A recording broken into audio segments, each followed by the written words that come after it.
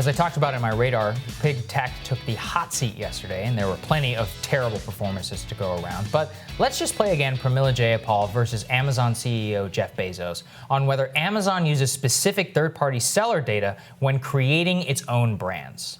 Bezos, in July 2019, your employee, Nate Sutton, told me under oath in this committee that Amazon does not, quote, use any specific seller data when creating its own private brand product. So let me ask you, Mr. Bezos, does Amazon ever access and use third-party seller data when making business decisions? And just a yes or no will suffice, sir. I thank you for the question. I know it's an important topic, and I also want to thank you for representing us.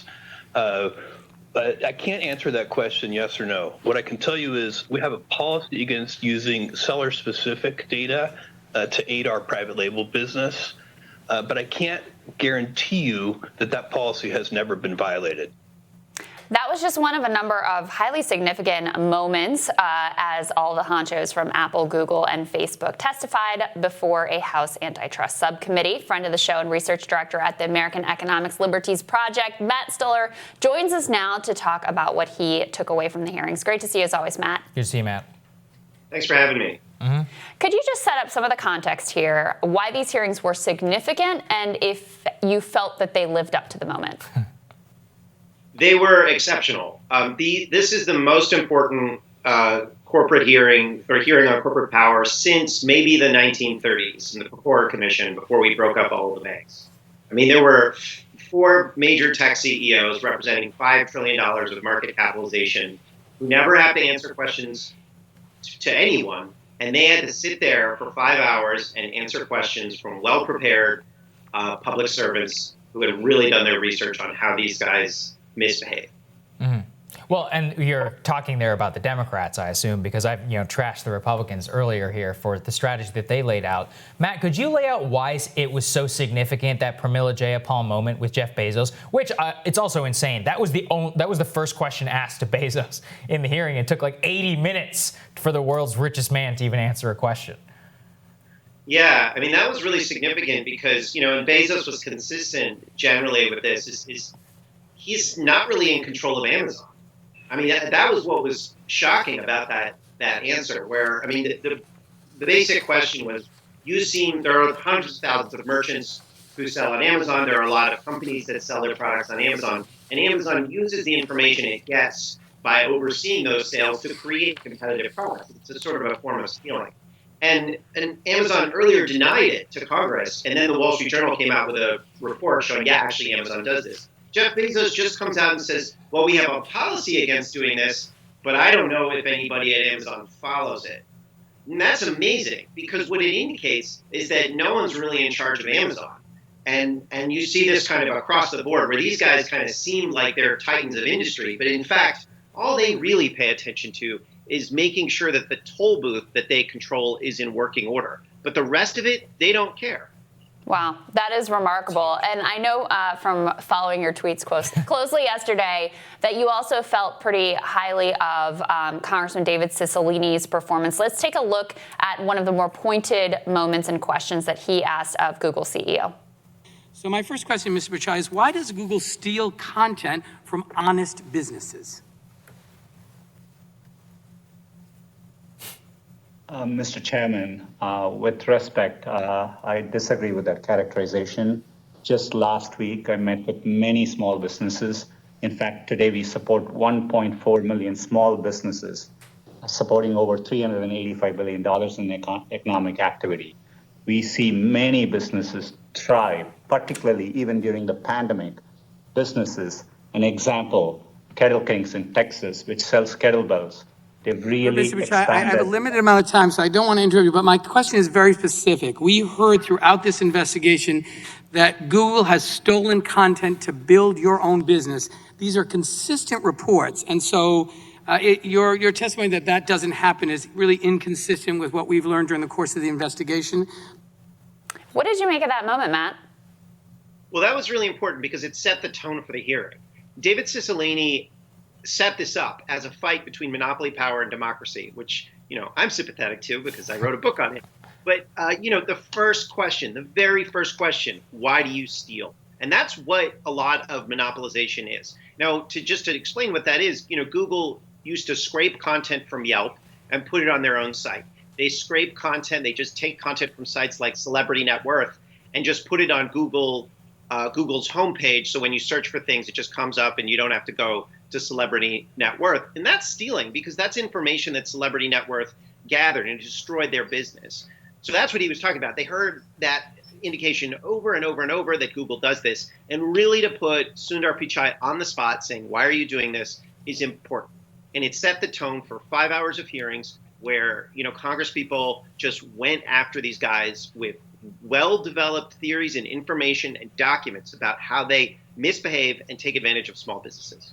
Yeah, I thought it was particularly significant, Matt. But I think I covered this a bit in my radar. But could you comment about the Jim Jordan and the Republican memo here? I think it just did such a disservice to the discussion because it was a focus on instances of bias, but none question or interest whatsoever in market power, monopolization, and many of the other things that the Democrats seemed well prepared for here. I'm going to defend. I think the split was really between Jim Jordan and the rest of the Republicans, because I think that Ken Buck and Kelly Armstrong. I was impressed by Kelly Armstrong. Matt Gaetz had some good questions. There was some real depth here on the Republican side about the anti-competitive nature of these businesses. But Jim Jordan, who came into this investigation late when he took over the Judiciary Committee from Doug Collins. Doug Collins was serious about this. Jim Jordan sent out a memo to the rest of the Republicans saying, we are going to defend big tech. We are going to defend the non-use of the antitrust laws and monopoly power. All we want to talk about, though, is conservative bias. It was a crazy memo, and the rest of the Republicans didn't follow it. But the problem that induced for the rest of the Republicans is they didn't have any staff support for the investigation. Right. So they didn't look that good because they didn't have people that were researching and going through the documents and trying to understand this. But some of the Republicans who could do it on their own, they did a good job. But it was really just appalling from Jim Jordan, who gets a lot of money from Google, honestly.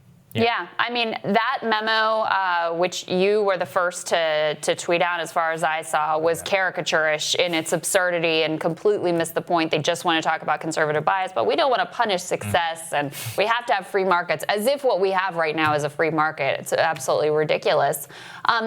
Talk, though, about what should Congress be doing, and also what should the relevant regulatory bodies here be doing, because that's actually where a lot of the action should be. Well, I think what they're doing exactly what they should be doing, which is investigating and exposing how these markets operate. And so, I think there are two big takeaways from the hearing. The first is the real losers here are the regulators and enforcers. I mean, they had access to a lot of the documents and emails and analysis that the Congress uncovered, and they didn't do anything except approve a lot of the anti-competitive mergers in this space. So this is an embarrassment to the Obama-era merger, FTC and DOJ. It's an embarrassment to the Trump-era FTC and DOJ. Where were the enforcers? That's kind of the open question. Right. The second thing is Congress should just start passing laws to break these guys up and to regulate these spaces. Well, I think it's such an important point. And the final thing, Matt, and you're right to give this Republican congressman credit. He got all of the a very pointed question on China, whether any of them had hacked, and the cowardice that was on display was just unbelievable. So let's take a listen to that, and I want to get your reaction. Thank you, Mr. Chairman. I have a question for all four. Yes or no answer. Do you believe that the Chinese government steals technology from U.S. companies? Start with Mr. Cook. I don't know of specific cases where we have been stolen from by the government. So you don't believe that the Chinese government's stealing technology from U.S. companies, or you're just saying that not from yours? I'm saying I know of no case on ours where it occurred, which is I can only speak to firsthand knowledge. Mr. Pichai, do you believe that the Chinese government steals technology from United States companies? Congressman, I have no first-hand knowledge of any information stolen from Google in this regard. Mr. Zuckerberg? Congressman, I think it's well documented that the Chinese government steals technology from American companies. Yeah, thank you. Mr. Bezos?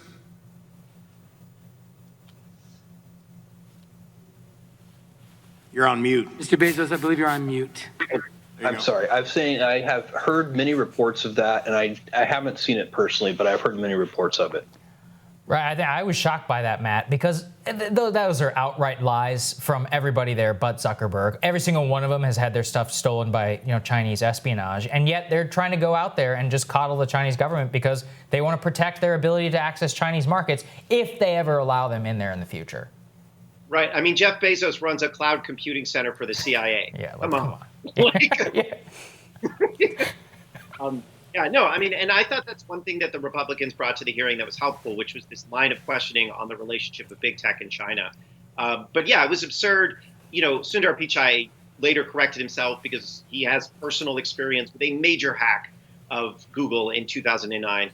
So, Tim Cook totally lied. I mean, it's these guys are reckless. They are out of control. We have and so I mean, there's nothing else to say except it's obviously untrue.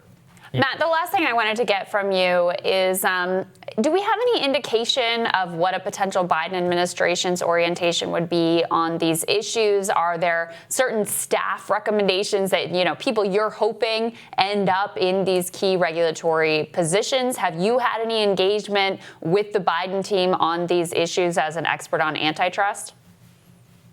I mean, I don't know. I mean, you talk to people in Biden world. It's so disorganized, so how do you know what's going to happen? And I think there's a lot of debates there. One really important question is who becomes the VP. So one member of the subcommittee was Val Demings, who did an amazing job. And she's kind of on Biden's VP shortlist.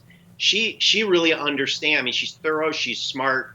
She's focused. So I was really impressed. If she's chosen as VP, that she could have a significant amount of influence over these policy choices. I think there are open questions about, there's a lot of people in the national security world that want to defend big tech. There's just a lot of equities here. That's, and so it's hard to know what's going to happen. I don't think Joe Biden himself knows what's going to happen. But I really hope that this debate stays in Congress, because fundamentally, the secretive nature of the executive branch just isn't well set up to debate these public policy problems. Yeah, I think that's well said. Matt, so great to have your insights and your expertise on these issues. Thank you so much. Thanks, Matt. Thanks for having me. Of course. We'll have more Rising for you after this.